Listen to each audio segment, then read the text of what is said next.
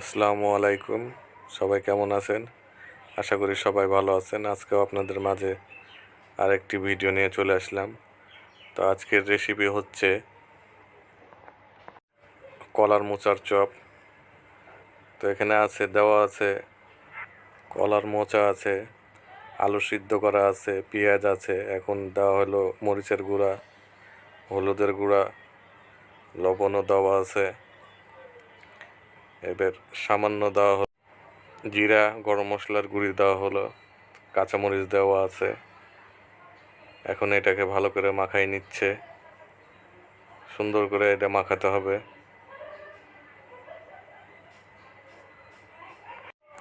আপনারা ওভাবে বাসাতে ট্রাই করতে পারেন। তো এটা খেতে অনেক সুন্দর, সুস্বাদু, ভালো লাগে। সবাই এভাবে বানাবেন। আর কিভাবে বানাচ্ছি তা দেখতে থাকেন। মাখানো এখন শেষ হয়ে গেল। এখন তেলে দেওয়ার পালা। এই যে তেল দেওয়া হলো,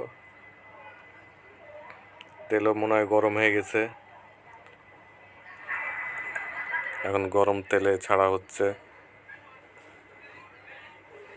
একটা একটা করে সবগুলো এখন দিয়ে দিবে। ও আর এটাতে কলার চপে মূলত ডিম দেওয়া লাগে, তো আমরা ডিম দিতে ভুলে গেছিলাম, যে কারণে আগে ভিডিওটা করতে পারিনি। তো আপনারা অবশ্যই ডিম দিয়ে বানাইবেন।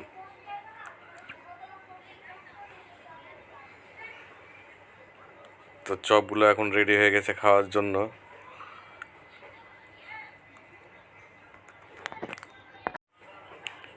তো রেডি হয়ে গেছে কলার মোচার চপ। তো সবাই বাসায় এভাবে বানিয়ে খাবেন, নিশ্চয়ই ভালো লাগবে।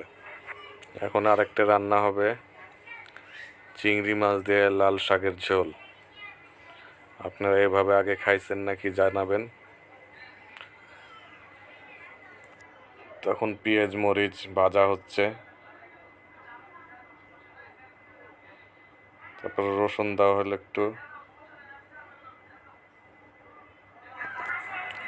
হালকা একটু পানি দেওয়া হলো, মশলাগুলো ভালোভাবে নাড়তে হবে।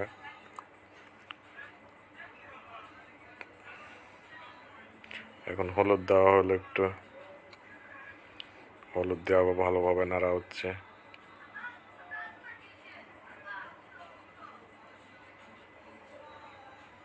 এখন মরিচের গুঁড়া দেওয়া হলো।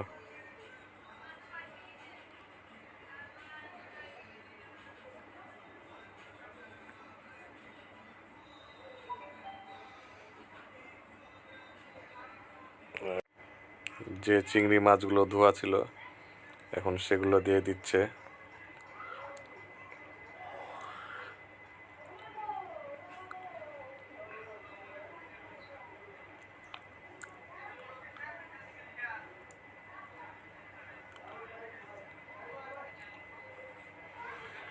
দিয়ে দেওয়ার পরে মশলাগুলো, চিংড়ি মাছগুলো আবার ভালো মতো কষিয়ে নিতে হবে।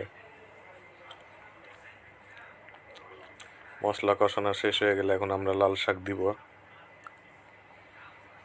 লাল শাক দেওয়া হচ্ছে।